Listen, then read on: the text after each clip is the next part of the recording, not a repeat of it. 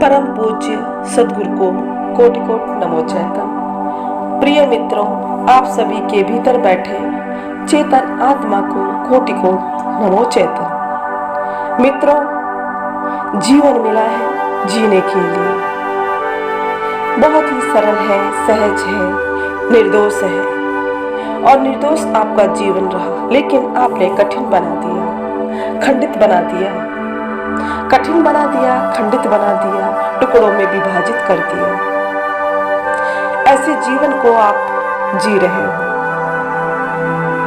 जीवन को दो भागों में विभाजित किया, खंडित, दूसरा अखंडित। अखंडित जीवन वो है जहां पर सारी सीमाएं नष्ट हो गई, जहां पर सिर्फ एक रह गया। वह जीवन है संन्यास का जीवन, सत्य का जीवन, जागृति का जीवन। और खंडित जीवन वो है जहां पर बेहोशी का जीवन, टुकड़ों में विभाजित होकर जीने का जीवन, द्वंद्व का जीवन, जैसे दुख सुख, नरक स्वर्ग, पाप पुण्य और अच्छा बुरा, सज्जन दुर्जन, इस तरह की कटघरी बटी खंडित जीवन में। खंडित जीवन से समाज का निर्माण हुआ, खंडित जीवन से समाज का निर्माण हुआ। इसी समाज में फिर अच्छे बुरे लोग रहने लगे।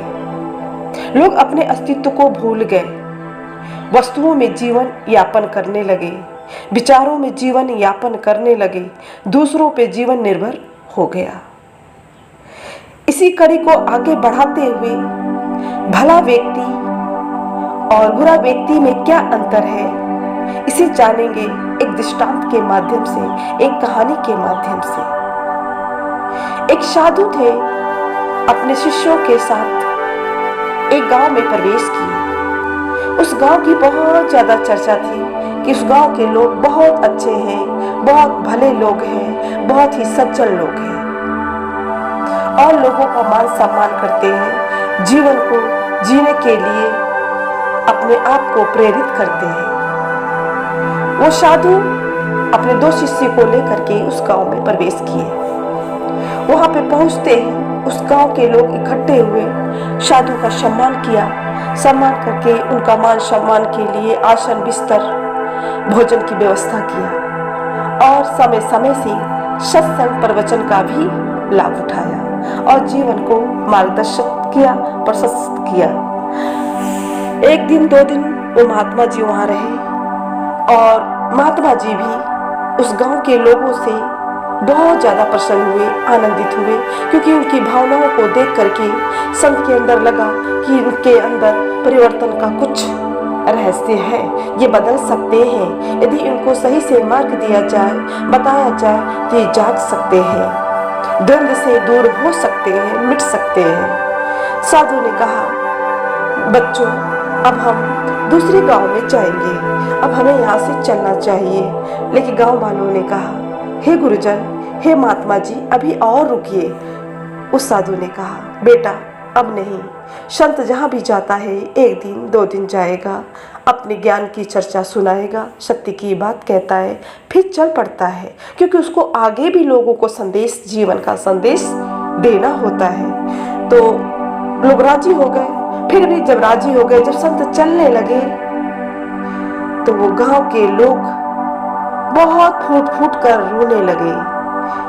उनको ऐसा लग रहा था कि हमारा एक हृदय से कोई निकला चला जा रहा है। सब दूर तक, गांव के अंतिम छोर तक पहुंचाने के लिए चले गए, रोते रोते चले गए।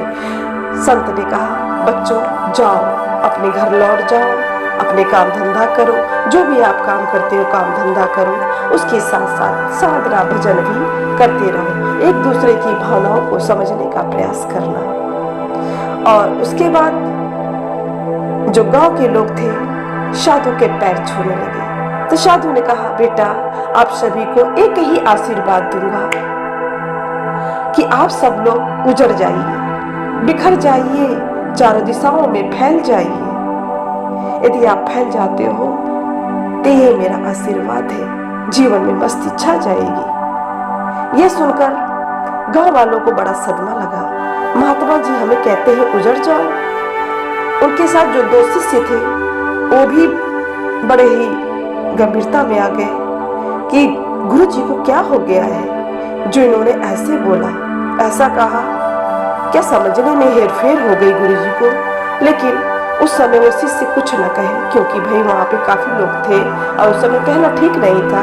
उन्होंने शिष्यों ने कहा हम बाद में गुरु जी से पूछ लेंगे। गांव वाले विदा हो गए, गुरु भी आगे की तरफ बढ़ गए। आगे बढ़ने के बाद दूसरा गांव दिखाई दिया। उस गांव की भी बहुत चर्चा थी। लोग जानते थे कि इस गांव में दुष्ट और हिंसक लोग रहते हैं। वहां पे कोई जल्दी जाता नहीं था, लेकिन संत उस गांव की तरफ बढ़ने लगे, चले गए। जैसे ही गांव के नजदीक पहुंचे, गांव में प्रवेश करने ही वाले थे कि दूर से उस गांव के लोगों ने देख लिया कि कोई साधु चला आ रहा है। वहीं से चिल्लाना शुरू कर दिए, अरे लौट जाओ, इस गांव में आने की जरूरत नहीं है, हम तुम्हें मार देंगे, काट देंगे। लेकिन साधु गांव में प्रवेश कर गया।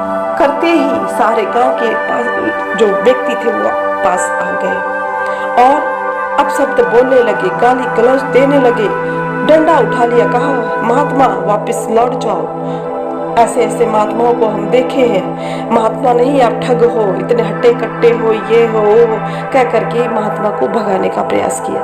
महात्मा जी न रुक पाए, वहां पे गांव के बाहर निकल आए। निकल करके आकर के उन्होंने कहा, हे गांव वासियों, तुम्हें एक ही आशीर्वाद दूंगा कि तुम सब सदा ही यहीं बसे रहो, आबाद रहो, यहीं मस्त रहो, अपने दुनिया में आबाद रहो, मस्त रहो, खुश रहो। यह सुनकर शिष्यों को और धक्का लगा कि गुरु को हो क्या गया है। जो लोग इतने भले थे उनको कहा उजड़ जाओ, जो दुष्ट हैं, हिंसक हैं, अत्याचारी हैं, उनको कह रहे हैं बसे रहो, आबाद रहो। ये कैसा आशीर्वाद। पेट में गुड़गुड़ाहट होने लगी। कहा गुरु जी पहले एक बात का समाधान करो, मैं ये नहीं समझ पा रहा, इन दुष्टों को ऐसा आशीर्वाद दिया, आबाद रहो, मस्त रहो, खुश रहो, बसे रहो, ये कैसा आशीर्वाद। जो इतने अच्छे थे उसे कहा उजड़ जाओ। तो गुरु ने कहा बैठो, तुम्हें हमें समझाता हूं। भला व्यक्ति जहां भी जाएगा, आपके पास कैसी संपदा है। आपके पास यदि सुख की संपदा है, आनंद की संपदा है, तो आप जहां भी जाओगे खुशियां ही बांटोगे, खुशियां ही दोगे। और यदि आपके पास दुख की संपदा है, हिंसा की संपदा है, तो आप सब अपना जीवन नर्क करोगे, साथ ही साथ दूसरे का जीवन भी नर्क कर दोगे। इसलिए मैंने कहा कि आप लोग यहीं बसे रहो। दुष्टों को कहा बसे रहो, किसी दूसरे का जीवन नर्क मत बना देना। तुम तो नर्क में जी ही रहे हो, दूसरों का जीवन नर्क मत बनाना। इसलिए मेरे आशीर्वाद दिया कि तुम सब यहीं बसे रहो, यहीं मस्त रहो, आबाद रहो।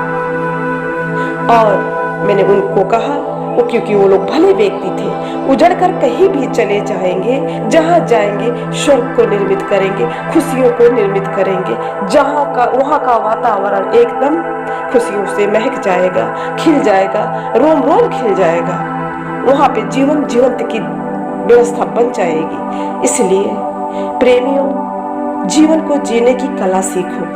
कैसे जीना चाहते हो, यदि समाज में रहते हो, संसार में रहना चाहते हो, तो दुर्जन की अपेक्षा सज्जन होने का प्रयास करना, भला होने का प्रयास करना, अच्छा होकर जीने का प्रयास करना। दूसरा नंबर, यदि इन दोनों के पार जाने का सामर्थ्य रखते हो तो जीवन में तो अखंडित होकर जीने का प्रयास करना, क्योंकि अखंडित जीवन से बढ़कर कोई जीवन नहीं है। वही जीवन सर्वश्रेष्ठ है। लेकिन मनुष्य की मनोस्थिति के कारण, मन के कारण, इंद्रियों के कारण व्यक्ति भटक गया है, अपने विचारों के कारण ही अपने ही आप में उलझ गया है।